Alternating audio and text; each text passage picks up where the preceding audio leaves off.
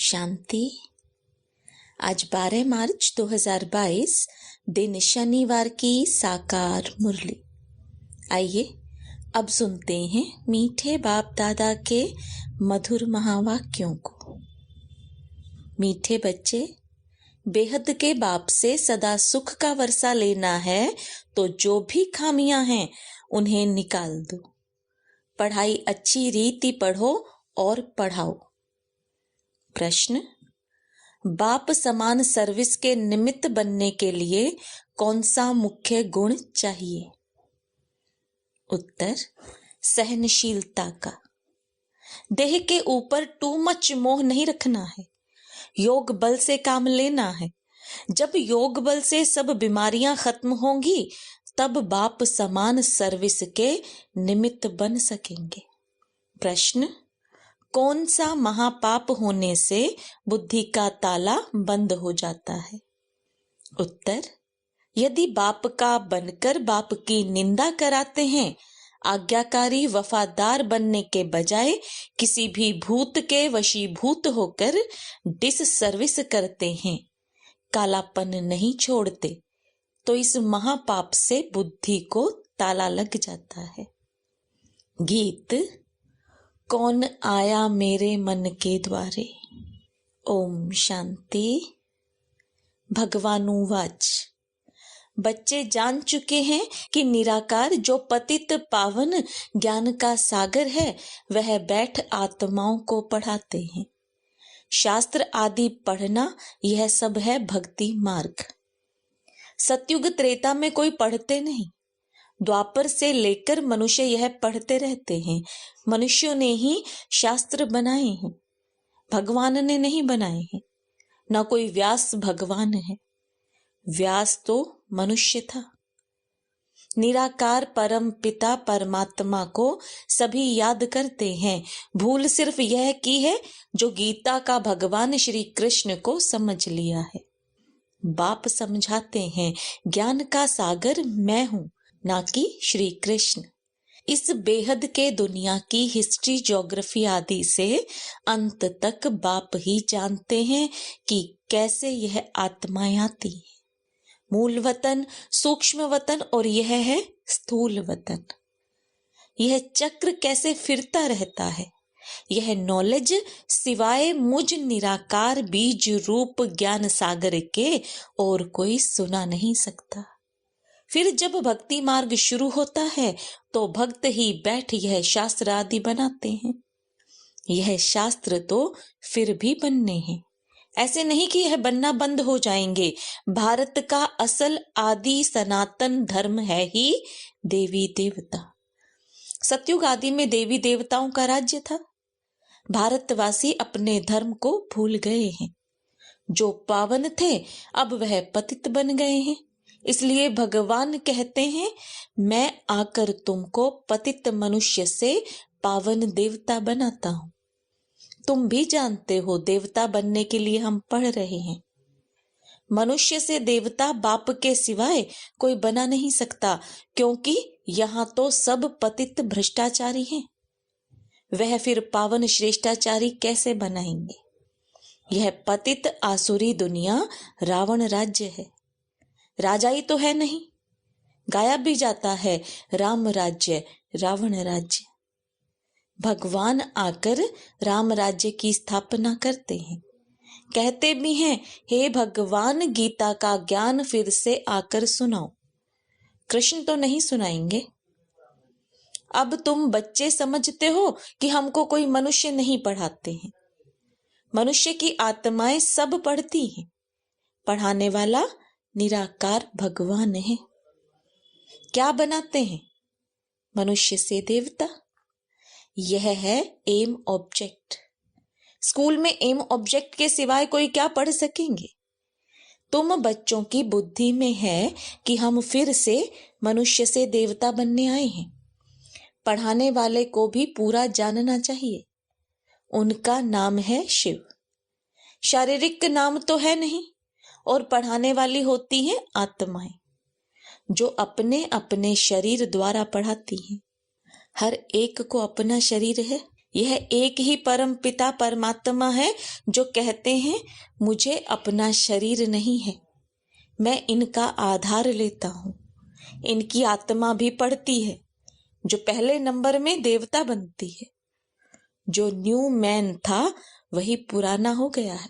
कृष्ण है सबसे पहला न्यू मैन, फिर 84 जन्मों के बाद आकर ब्रह्मा बना। यह अपने जन्मों को नहीं जानते हैं, इसलिए मैं बैठ सुनाता हूँ। पहले जन्म में यह श्री कृष्ण था, फिर पुनर्जन्म लेते लेते पतित बन गया। अब फिर मैं इनको ब्रह्मा बनाकर सो श्री कृष्ण बनाता हूँ। झाड़ में भी क्लियर लिखा हुआ है। नीचे यह तपस्या कर रहे हैं ब्राह्मण रूप में, ऊपर में वही ब्रह्मा पतित दुनिया में खड़े हैं और यहाँ संगम पर अब तपस्या कर रहे हैं। तत्त्वम, तुम भी देवता थे, फिर पुनर्जन्म लेते लेते पतित शूद्र बने हो, अब फिर तुम पावन बनते हो। जानते हो पतित पावन परम पिता परमात्मा द्वारा हम पावन बन रहे हैं। बाप उपाय बताते हैं कि मुझे याद करो, मुझे याद करने से ही तुम पावन बनेंगे। आत्मा और शरीर दोनों ही पावन तो सिर्फ सतयुग में ही होंगे। यहाँ शरीर सबको पतित मिलता है। सबसे खराब भ्रष्टाचार है काम विकार। विष से पैदा होने वालों को ही भ्रष्टाचारी कहा जाता है। सतयुग में कोई भ्रष्टाचारी होता नहीं, क्योंकि वहां विष ही नहीं। कृष्ण को संपूर्ण निर्विकारी कहा जाता है, फिर निर्विकारी ही विकारी बनते हैं।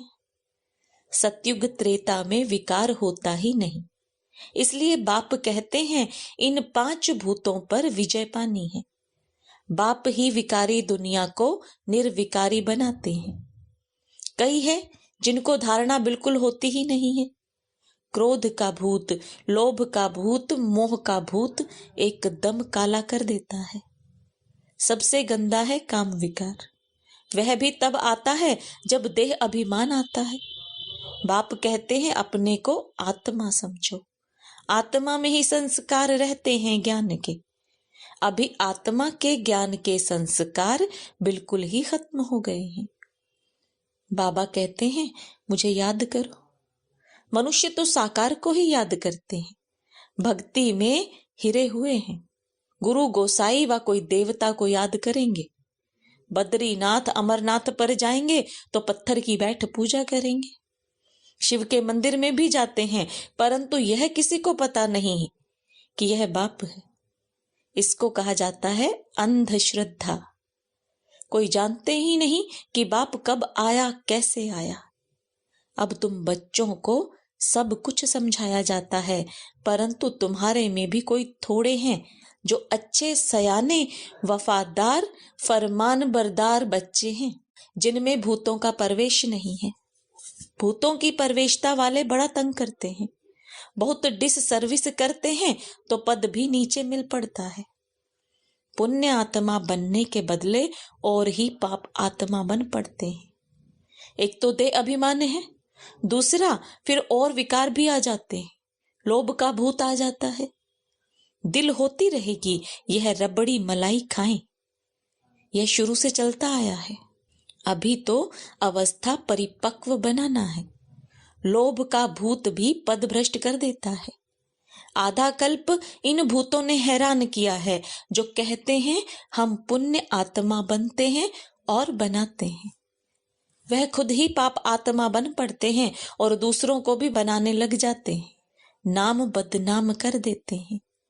अगर तुम्हारे में ही क्रोध का भूत है तो तुम दूसरों का फिर कैसे निकालेंगे? कोई देह अभिमान की उल्टी चलन देखो तो रिपोर्ट करो।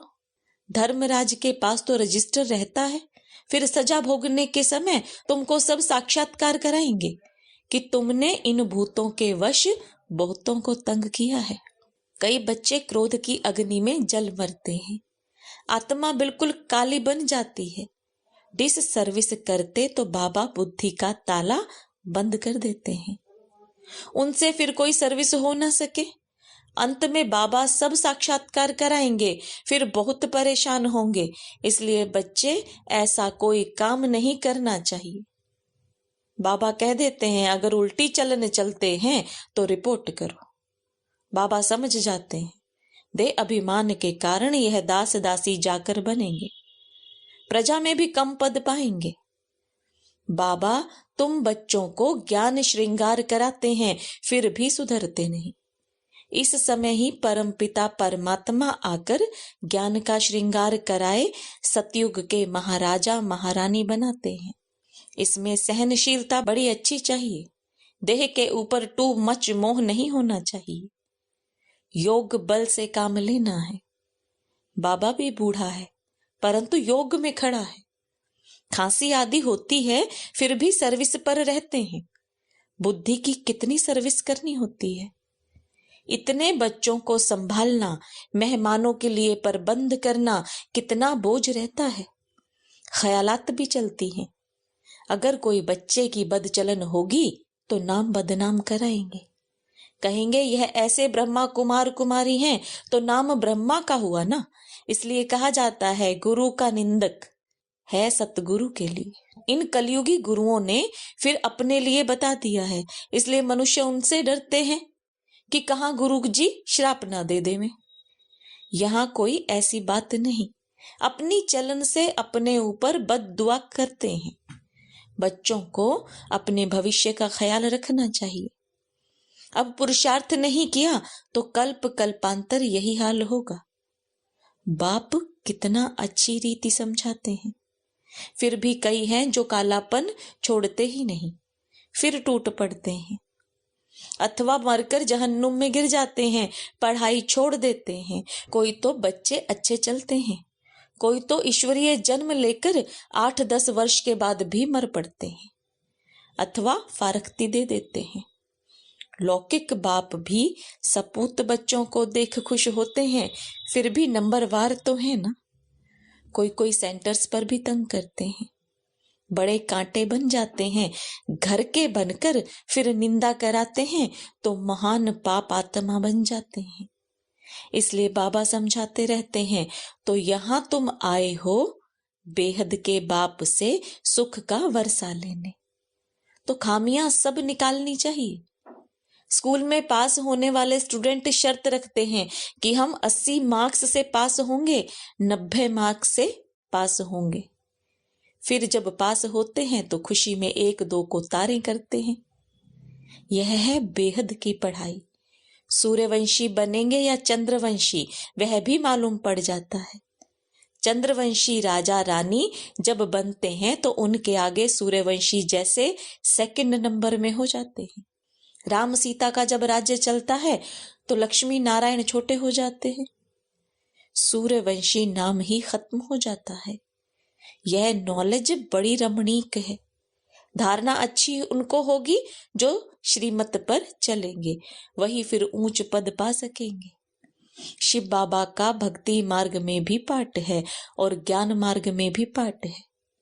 शंकर का काम है सिर्फ विनाश का, उनका क्या वर्णन करेंगे। शिव बाबा का और ब्रह्मा बाबा का तो बहुत वर्णन है। 84 के चक्र में सबसे नंबर 1 पाठ है बाबा का। उन्होंने फिर शिव शंकर को मिला दिया है। शिव बाबा का तो सबसे बड़ा पाठ है। सभी बच्चों को सुखी करना कितनी मेहनत का काम है, फिर आराम करते हैं। इनका अर्थात ब्रह्मा का तो 84 जन्मों का पाठ है। इस्लामी बौद्धि आदि तो बाद में आते हैं। वह कोई ऑलराउंडर पाठ नहीं बजाते। ऑलराउंड पाठ वालों को सुख कितना है। हम ही स्वर्ग के मालिक बन जाते हैं। भारत स्वर्ग कहलाता है। खुशी कितनी होती है। हम अपने लिए स्वर्ग का राज्य स्थापन कर रहे हैं। औरों को भी समझाना है जो वह आकर अपनी जीवन बना ले। तुम आए हो परम पिता परमात्मा से स्वर्ग का वर्षा लेने। बुद्धि में अगर एम ऑब्जेक्ट नहीं होगी तो बाकी यहाँ बैठ क्या करेंगे। ब्राह्मण हैं, ब्रह्मा के मुख वंशावली। बेहद का बाप बेहद के बच्चे लेते हैं। कितने ढेर बच्चे हैं। ब्रह्मा का बनने बिगर शिव बाबा से वर्षा ले नहीं सकते। भारत श्रेष्ठाचारी था, वहां कोई भूत नहीं था। एक भी भूत है तो व्यभिचारी कहेंगे। भूतों को तो बिल्कुल भगाना है। बाबा को बहुत लिख भेजते हैं, बाबा काम का भूत आया परंतु बच गए। बाबा कहते हैं बच्चे, तूफान तो बहुत आएंगे परंतु कर्मेंद्रियों से कोई कर्म नहीं करना, भूतों को भगाना है, नहीं तो सूर्यवंशी चंद्रवंशी बन नहीं सकेंगे। ध्यान में जाना भी अच्छा नहीं है क्योंकि माया बहुत परवेश हो जाती है। अच्छा, मीठे मीठे सिकिलदे बच्चों प्रति माता पिता बाप दादा का याद प्यार और गुड मॉर्निंग। रूहानी बाप की रूहानी बच्चों को नमस्ते। रूहानी बच्चों के रूहानी बाप दादा को याद प्यार, गुड मॉर्निंग और नमस्ते। धारणा के लिए मुख्य सार, कर्मेंद्रियों से कोई भी विकर्म नहीं करना है, ऐसी कोई चलन नहीं चलनी है जिससे अनेकों की बद्दुआएं निकलें। अपने भविष्य का ख्याल रख पुण्य कर्म करने हैं। अंदर जो भी कालापन है देह अभिमान के कारण भूतों की परवेशता है, उन्हें निकाल देना है। ज्ञान से अपना श्रृंगार कर सपूत बच्चा बनना है। वरदान, बिजी रहने के लिए सहज पुरुषार्थ द्वारा निरंतर योगी, निरंतर सेवाधारी भव। ब्राह्मण जन्म है ही सदा सेवा के लिए। जितना सेवा में बिजी रहेंगे उतना सहज ही माया जीत बनेंगे। इसलिए जरा भी बुद्धि को फुर्सत मिले तो सेवा में जुट जाओ। सेवा के सिवाय समय नहीं गवाओ। चाहे संकल्प से सेवा करो, चाहे वाणी से, चाहे कर्म से। अपने संपर्क और चलन द्वारा भी सेवा कर सकते हो। सेवा में बिजी रहना ही सहज पुरुषार्थ है। बिजी रहेंगे तो युद्ध से छूट निरंतर योगी, निरंतर सेवाधारी बन जाएंगे। स्लोगन, आत्मा को सदा तंदुरुस्त रखना है तो खुशी की खुराक खाते रहो। ओम शांति।